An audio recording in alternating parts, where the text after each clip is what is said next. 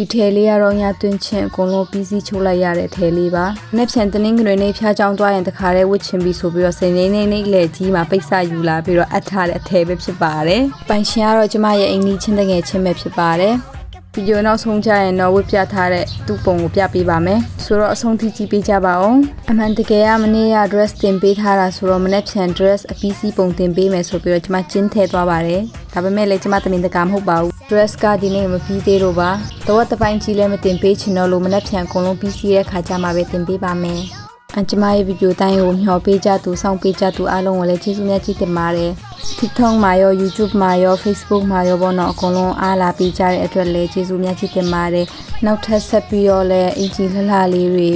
စူးစမ်းပြီးတော့အများကြီးထုတ်ပြီးတော့တင်ပေးပါမယ်။ဆက်လက်ပြီးတော့အားပေးကြပါအောင်လို့လည်းပြောချင်ပါတယ်။ကျေးဇူးတင်စကားပြောရတဲ့ပဲအင်ဂျီအကြောင်းတောင်မရောက်နိုင်တော့ချုပ်ထားတဲ့အင်ဂျီကတော့ပြီးနေပါပြီပေါ့နော်။ဆုံးထိကြည့်ပေးကြတဲ့အတွက်ကျေးဇူးများကြီးတင်ပါတယ်။ Bye bye